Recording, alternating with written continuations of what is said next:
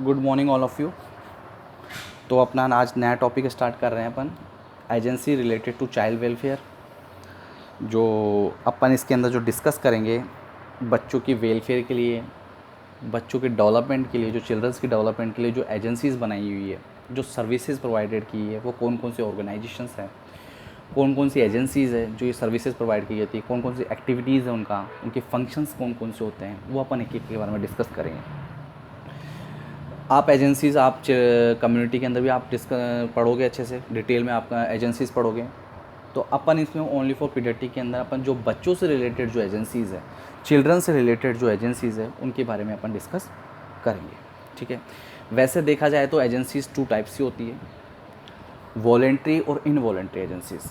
कि voluntary agency कौन सी होती है, इनवॉलेंट्री एजेंसी कौन सी होती है, मैं आपको बताता हूँ। कि वॉलेंट्री जो एजेंसीज़ होती है वो क्या होती है, ऑटोनोमस बॉडी होती है। ऑटोनोमस होती है मतलब खुद का ऑर्गेनाइजेशन होता है, खुद कितना एक प्रोडक्शन कर रहा है, कितना प्रोवाइड करा रहा है सर्विसेज, एक खुद की ऑटोनोमस होती है वो। और होती है एक इनवॉलेंट्री। इनवॉलेंट्री पे मतलब एक तरीके से देखा जाए तो उसके अंदर वो होती है गवर्नमेंट के थ्रू, कि वो सर्विसेज प्रोवाइडेड की जाती है, गवर्नमेंट के थ्रू सप्लाई की जाती है, कि उनको तो ये सर्विसेज प्रोवाइड करनी ही करनी है। पर वॉलेंट्री में क्या होता है, वो सर्विसेज प्रोवाइड करे या ना करे, वो ऑटोनोमस होती है, वो अपनी डिसीजन लेती है। उनके बोर्ड्स होते हैं बहुत सारे, वो बोर्ड होके वो क्या करती है, कमेटी बैठाती है। कमेटी के साथ साथ वो क्या करते हैं, डिसीजन लेते हैं कि क्या सर्विसेज प्रोवाइड करनी है, क्या नहीं करनी है। वो सब आते हैं वॉलेंट्री के अंदर। इन वॉलेंट्री में होती है गवर्नमेंट की तो जो सारी सर्विसेज प्रोवाइडेड की जाती हैं। तो एजेंसीज़ आती है, वो एजेंसीज़ के बारे में अपन डिस्कस करेंगे कि बच्चे की वेलफेयर के लिए, बच्चे के डेवलपमेंट के लिए उसको कितनी नीड्स है किसी चीज़ की, उसको क्या ज़रूरत है, उसकी इम्पोर्टेंस क्या है, उसके फंक्शंस क्या क्या, एजेंसीज़ उनके फंक्शंस क्या है, उनकी एक्टिविटीज़ क्या है बच्चों की वेलफेयर के लिए, वो अपन एक एक के बारे में अपन डिस्कस करेंगे। तो देखते हैं अपन इसके अंदर फर्स्टली कि child welfare includes providing services to socially, economically, physically and mentally handicapped children who are unable to avail to the services provided by the community. जो चाइल्ड वेलफेयर वाले बच्चे, जो चाइल्ड डेवलपमेंट वाले बच्चे हैं, वो इंक्लूडेड होते हैं। उनको प्रोवाइडेड सर्विसेज कौन कौन सी प्रोवाइड सर्विस की जाती है, सोशली सर्विसेज प्रोवाइड की जाती है। इकोनॉमिकली, आर्थिक स्थिति किसी खराब हो तो आर्थिक स्थिति का अपन क्या करते हैं, इकोनॉमिकली मनी देकर उसको उस चीज़ को अंदर सपोर्ट करके। फिजिकली उसका मतलब एक तरीके से ह्यूमन बॉडी होती है, ह्यूमन बच्चे होते हैं, उनकी फिजिकली हेल्थ के ऊपर ध्यान रखते हुए। एंड मेंटली डिस्टर्बेंस हो या मेंटली को सपोर्ट करते हुए। एंड हैंडीकैप चिल्ड्रन, जो बच्चे चल नहीं पाते हैं, चल नहीं सकते, काम नहीं कर सकते अपने आप का, हैंडीकैप चिल्ड्रंस, जिनके हाथ नहीं है, पैर नहीं है, ऐसे बच्चे वो इंक्लूडेड होते हैं। इनकी सर्विसेज जो प्रोवाइड की जाती है वो child welfare, who are unable to avail the services provided by the community. But देखा जाए कम्युनिटी के द्वारा सर्विसेज जो प्रोवाइड कराते हैं उनको लेने के लिए समर्थ नहीं है, असमर्थ हैं वो बच्चे। उस चीज़ को समर्थ नहीं है कि सर्विसेज प्रोवाइडेड तो कही है कम्युनिटी के द्वारा, पर उस चीज़ को वो ले नहीं पाते हैं, उस सर्विसेज को। उन बच्चों के लिए, चाइल्ड वेलफेयर के लिए कौन कौन सी सर्विसेज प्रोवाइड की गई है, सोशली, इकोनॉमिकली, फिजिकली, मेंटली या हैंडीकैप चिल्ड्रन के लिए जो सर्विसेज प्रोवाइडेड की जाती है वो एजेंसीज के अंदर इंक्लूडेड होते हैं। ठीक है। नेक्स्ट है, these services are design to meet the needs of most deprive and vulnerable children like children और working mothers, destitute children and handicap children. इसका मतलब अपन कह सकते हैं कि वेनरेबल बच्चे के चिल्ड्रंस की बात करें कि वो बच्चा जो खुद की केयर नहीं कर पाता है, एडुकेट प्रॉपरली केयर नहीं कर पाता, उनको रिस्क होता है किसी चीज़ के लिए compare to adult. More critical वाले पेशेंट बोल सकते हैं अपन। वेनरेबल पेशेंट किसे बोलते हैं, जो खुद की केयर प्रॉपरली नहीं कर पाते हैं, उसे वेनरेबल पेशेंट बोलते हैं। तो वेनरेबल चिल्ड्रंस कौन कौन से हुए, जो बच्चे 18 ईयर से एज वाले बच्चे हैं, उनकी जो करंटली हाई रिस्क ऑफ जो होती है लेकिंग एडिक्वेट केयर, जो क्या होती है कम होती है, एडुकेट प्रॉपरली नहीं कर पाते हैं, उन बच्चों के लिए प्रोटेक्शन करने के लिए सर्विसेज प्रोवाइड करवाते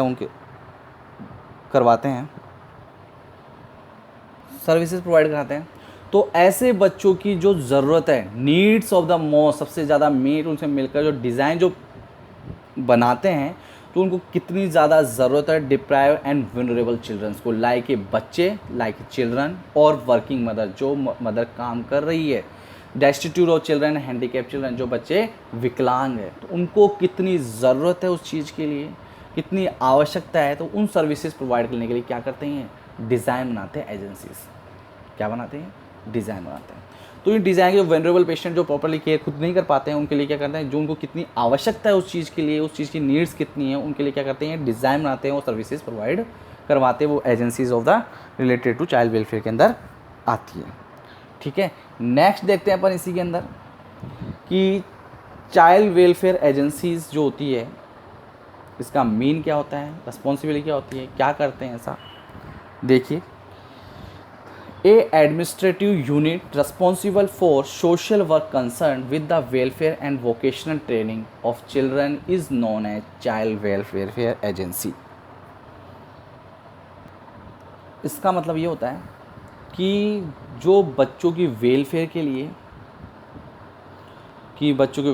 लिए देखा जाए, वोकेशनल ट्रेनिंग के लिए बच्चों की वोकेशनल ट्रेनिंग प्रोवाइड की जाती है, एंड सोशल वर्क बोलती है, सोशल वर्क साथ साथ में समाज की जो वर्क्स होते हैं उनको देखते हुए वेलफेयर के लिए, with the welfare and vocational training of children, ये रिस्पॉन्सिबल होते हैं। एडमिनिस्ट्रेटिव यूनिट होती है, रिस्पॉन्सिबल होते हैं बच्चे की वेलफेयर के लिए और उसकी वोकेशनल ट्रेनिंग के लिए, सोशल वर्क के जो कंसर्न के साथ साथ में, ये जब रिस्पॉन्सिबल जो होते हैं उसे ही क्या बोलते हैं, चाइल्ड वेलफेयर एजेंसी बोलते हैं।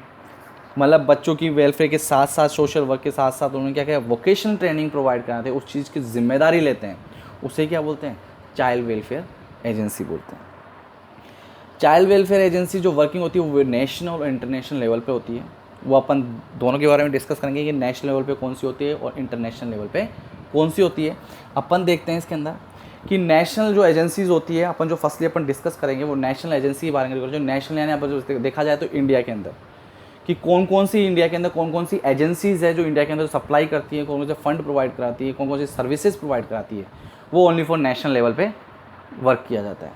The important national agencies working for child welfare in India are, जो इंडिया के अंदर जो इम्पोर्टेंट जो नेशनल एजेंसीज है जो वर्क कर रही है चाइल्ड वेलफेयर के लिए, वो कौन कौन सी है, वो अपन एक एक करके डिस्कस करेंगे। वो कौन कौन से ऑर्गेनाइजेशन या कौन कौन से एजेंसीज है जो बच्चे की वेलफेयर के लिए जो इंडिया पे लेवल पे काम कर रही है, वो अपन देखते हैं। तो फर्स्ट है Indian Red Cross society.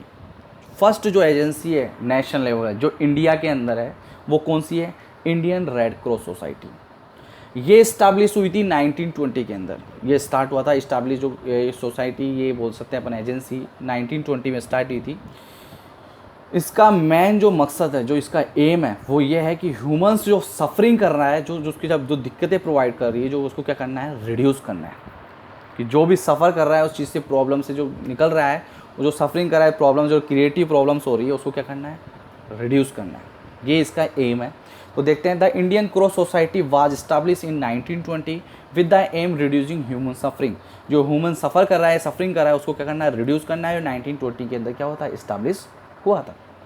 The society has more 700 branches, इसकी 700 से ज़्यादा ब्रांचेज है कंट्री के अंदर। इंडिया के अंदर जब देखा जाए तो इसके अंदर 700 से ऊपर क्या है, इसकी ब्रांचेज है। अपन देखते हैं इसकी एक्टिविटीज़ क्या क्या होती है, कि इसकी एक्टिविटीज़ कौन कौन सी एक्टिविटीज़ है जो इंक्लूडेड है इसके अंदर, कि ये इंडियन रेड क्रॉस सोसाइटी है, ये कौन कौन सी एक्टिविटीज़ करवाता है, कौन कौन से फंक्शंस करवाता है। एक तरीके से देख सकते हैं अपन कि क्या एक्टिविटीज़ करवाता है वो। अपन देखते हैं कि the activities of Indian Red Cross Society are, कौन कौन से हैं। फर्स्टली है डिजास्टर रिलीफ, कोई भी घटना हो जाए अचानक, बच्चों से रिलेटेड कुछ भी घटना हो जाए, बोल सकते हैं अपन फिज़िकली कोई घटना हो जाए, हैं कोई भी आपदा आ जाए ऐसी ज़बरदस्त वाली, बच्चे हैंडीकैप चल रहे हैं से बच्चों में प्रॉब्लम्स आ जाती है बहुत ज़्यादा, कभी कभी अचानक से कोई भी डिज़ास्टर हो जाए बच्चों से रिलेटेड, उनको क्या करना है, रिलीफ करना है। सबसे पहले काम कि इंडियन रेड क्रॉस सोसाइटी का वर्क यही है, ये एक्टिविटीज़ है, जो भी डिजास्टर हो जाते हैं बच्चों से रिलेटेड, चिल्ड्रन से रिलेटेड, सबसे पहले उसको क्या करना है, रिलीफ करना है उस चीज़ को। नेक्स्ट है promotion of voluntary blood donation, promote करना है ब्लड डोनेशन वॉलंटरी, स्वेच्छा से खुद अपने आप क्या करें, ब्लड डोनेट करना स्टार्ट करें, उसको क्या करता है, ये प्रमोट करता है। कि वॉलेंट्री ब्लड डोनेशन, कि मैं ब्लड डोनेशन करने के लिए मैं एग्री हूँ, अपने आप से इच्छा आ जाना कि मैं करने के लिए एग्री हूँ, मैं ठीक हूँ, मैं ब्लड डोनेशन करना चाहता हूँ, उसको क्या करता है ये प्रमोट करता है, गाइड करता है, अपने आप को बताता है लोगों की कि इससे क्या फ़ायदे हैं, क्या गाइडलाइन अपने आप को प्रोवाइड करवाता है। Collection of blood and for transfusion, blood collection के लिए ट्रांसफ्यूजन प्रोवाइड करवाता है, ये एक्टिविटीज़ करवाता है रेड क्रॉस सोसाइटी।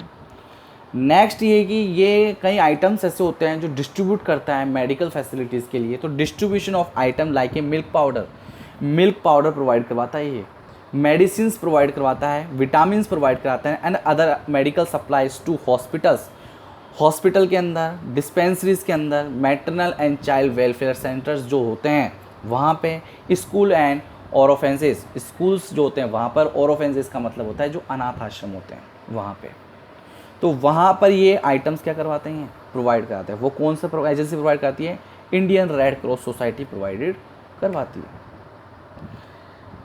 तो ये पूरे आइटम प्रोवाइड करते हैं जिससे क्या हो जाता है, बच्चों के वेलफेयर के अंदर क्या हो जाएगा, इंप्रूवमेंट आना स्टार्ट हो जाएगा। Red Cross conduct home nursing and first add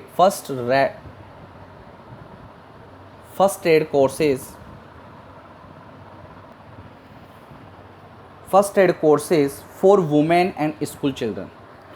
जो रेड क्रॉस सोसाइटी है वो क्या करती है, नर्सिंग होम के अंदर home nursing and first aid courses for women and school childrens को क्या करती है, प्रोवाइड करती है। जितनी भी वुमेन्स होती है और स्कूल्स में जो बच्चे होते हैं उनको फर्स्ट एड किस तरीके से किया जाता है, वो एजुकेशन प्रोवाइड किया जाता है, वो कंडक्ट करवाया जाता है। कोर्सेज प्रोवाइड जाते हैं, छोटे छोटे कोर्सेज प्रोवाइड जाते हैं जो शॉर्ट टर्म के लिए होते हैं, जो ओनली इमरजेंसी कंडीशन में किस तरीके से क्या कर सकते हैं वो उसके अंदर क्या करते हैं, सर्विसेज प्रोवाइड करवाते हैं। तो अपन ने देख लिया कि रेड क्रॉस सोसाइटी कब इस्टेब्लिश हुआ था, कितनी ब्रांचेज हैं, इसकी एक्टिविटीज़ देखी थी, इसकी 5 एक्टिविटीज़ है, ये इस पर वर्क करता है। नेक्स्ट देखते हैं अपन कौन सी एजेंसी है, नेक्स्ट एजेंसी है सेंट्रल सोशल वेलफेयर बोर्ड, कि सेंट्रल सोशल वेलफेयर बोर्ड जो सोशल वेलफेयर बोर्ड का सेकंड एजेंसी है। पहली एजेंसी अपन पढ़ते हैं red Cross society agency, national level पे ही चल रहा है अपना, जो इंडिया के लेवल पे जो एजेंसीज है उसके बारे में अपन डिस्कस कर रहे हैं। सेकंड है सेंट्रल सोशल वेलफेयर बोर्ड, इसके अंदर कि ये ऑटोनोमस है, ये इस्टाब्लिश हुआ था गवर्नमेंट के थ्रू 1953 के अंदर।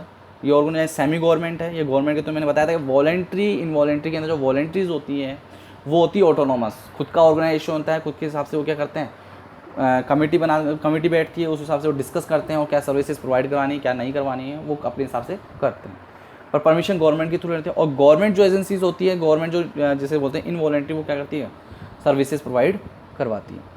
This is a semi government autonomous organisation which was form by government of India in 1953। ये 1953 के अंदर ये फॉर्म किया गया था गवर्नमेंट के थ्रू, जो सेमी गवर्नमेंट है, ऑटोनोमस ऑर्गेनाइजेशन है। इसके क्या क्या फंक्शन है देखिए, इसके फंक्शन है, फर्स्ट देखते हैं अपन, serving the needs and important of voluntary welfare agencies. जितनी भी वॉलेंट्री वेलफेयर एजेंसीज है, जितनी भी वॉलेंट्री वेलफेयर एजेंसीज है, जितनी भी ऑटोनॉमस वाले एजेंसीज है, उनको क्या नीड्स है, क्या इंपॉर्टेंस है उनकी, मतलब एक तरीके से कहते हैं उनकी कितनी ज़रूरत है उनको कई चीज़ की, और उसकी महत्वपूर्ण जिसे बोल सकते हैं अपने इंपॉर्टेंस का क्या करती है, वो सर्वाइविंग करती है, सर्वेक्षण करती है, एक तरीके से उसको क्या करती है, सर्विंग करती है, सर्वाइविंग करती है, किसको, जो वॉलेंट्री वेलफेयर एजेंसीज हैं उनको। ठीक है, नेक्स्ट है setting up voluntary social welfare agencies and promoting their growth. Voluntary agencies है जितनी भी, सोशल वेलफेयर जितनी भी एजेंसीज हैं, उनको क्या करती है, सेटिंग अप करती है, प्रॉपर सेटअप करती है, उनका गाइडलाइन बताती है किस तरीके से क्या करना है, किस तरह से फंक्शंस करना है, किस तरह से एक्टिविटीज़ प्रोवाइड करानी है, किस तरह से सर्विसेज प्रोवाइड करानी है, और प्रमोटिंग देयर ग्रोथ, और उनकी ग्रोथ के लिए क्या करती है, प्रमोट करती है, उस चीज़ को बढ़ाती जाती है, सेटिंग अप करती है, उनको सेटअप करती है प्रॉपर्ली, हर चीज़ को डिज़ाइन बनाती है, पूरा सेटअप करती है, किस तरीके से फंक्शंस करना है, किस तरह से आपको सर्विसेज प्रोवाइड है, किस तरह से सिस्टमेटिक करनी है, कैसे ग्रोथ होगी, और उसको क्या करती है, प्रमोट करने का काम भी करती है ये बोर्ड। नेक्स्ट है providing financial aid and deserving agencies and organisation. ये क्या करती है, प्रोवाइड कराती है फाइनेंशियल सपोर्ट करती है टू डिजर्विंग एजेंसी, जो डिजर्व करती है जो एजेंसीज, एंड ऑर्गेनाइजेशन, जो भी ऑर्गेनाइजेशन है, जो भी एजेंसीज है, जो जितना डिजर्व करती है उनको क्या करती है, फाइनेंशियली सपोर्ट करती है, फाइनेंशियली प्रोवाइड करवाती है। ठीक है, नेक्स्ट है इस बोर्ड का क्या है, ये बोर्ड क्या करती है, the board play an important role in craft training, social education classes, milk distribution and establish and running of balwadi and play centres. इसका मतलब यह है कि इसका जो इम्पोर्टेंट जो रोल है इसका मतलब यही कि इम्पोर्टेंट जो रोल है क्राफ्ट ट्रेनिंग स्किल की ट्रेनिंग प्रोवाइड कराना, स्किल की तरह कोई भी ट्रेनिंग हो उसके अंदर क्या होनी चाहिए, स्किल होनी चाहिए। सोशल एजुकेशन, समाज की जो बोल सकते हैं अपने एजुकेशन प्रोवाइड कराना। एजुकेशन क्लासेस, कोई भी स्टडी क्लासेस उसको गाइडलाइन प्रोवाइड करना, किस तरीके से एजुकेशन क्लासेस किस तरह से क्या होती है एजुकेशन बताना। Milk distribution and establish and running of balwadi. Balwadi का मतलब होता है कि नर्सरी स्कूल्स जो होते हैं लाइक एज आंगनवाड़ी सेंटर्स होते हैं, उनको इस्टाब्लिश करवाना और उनको रनिंग करवाना, उनको आगे की ओर बढ़ाते जाना, उनके फंक्शंस क्या करना, प्रोवाइड कराना, एक्टिविटीज़ प्रोवाइड कराना। एंड प्ले सेंटर, जितने प्ले सेंटर्स हैं जहाँ पर एक्टिविटीज़ होती है बच्चों से रिलेटेड, उनको क्या करना, रनिंग करवाना, आगे की ओर बढ़ाना। इसी बोर्ड का यही फंक्शन होता है कि जितने भी जहाँ पर एजेंसीज़ हैं वहाँ पर क्राफ्ट ट्रेनिंग प्रोवाइड कराना एंड एक तरीके से सोशल एजुकेशन प्रोवाइड कराना, एजुकेशन क्लासेस, मिल्क डिस्ट्रीब्यूशन करना और इस्टाब्लिश करना कोई भी नई एजेंसीज़ को, या बोल सकते हैं अपन को बालवाड़ी, जितने भी जहाँ पर नर्सरी जो बच्चे, जो बालवाड़ी प्रोग्राम अपन ने पढ़ा था उसके अंदर ये पढ़ा था कि जो 3 to 6 ईयर वाले जो बच्चे होते हैं रूरल एरियाज़ के अंदर, उनको एजुकेशन प्रोवाइड कराना, फ्री एजुकेशन प्रोवाइड कराना, रिक्रिएशन एक्टिविटीज़ करवाना, मनोरंजन करवाना, कोई भी फूड न्यूट्रिशन प्रोवाइड कराना, वो सब एक्टिविटीज़ बालवाड़ी प्रोग्राम के अंदर आती है। वो अपन उसके अंदर अपन ने डिस्कस किया था। तो उन्हीं को क्या करना है, इस्टाब्लिश करवाना बालवाड़ी को एंड रनिंग कराना, उनको आगे की ओर बढ़ाना, उनको फंक्शंस को बढ़ाना, उनकी एक्टिविटीज़ को बढ़ाना। एंड प्ले सेंटर्स के अंदर भी क्या करना, एक्टिविटीज़ को बढ़ाना, वो इसी का इंपॉर्टेंट रोल होता है सेंटर सोशल वेलफेयर बोर्ड का। तो अपन ने 2 एजेंसीज पढ़ी है, रेड क्रॉस सोसाइटी वो भी बच्चों के लिए बहुत इंपॉर्टेंट होती है, और सेंट्रल सोशल वेलफेयर बोर्ड भी यही बच्चों के लिए बहुत ज़्यादा इंपॉर्टेंट होती है। तो अपन ने आज, थैंक यू सो मच, तो अपन ने आज 2 एजेंसीज पढ़ी है।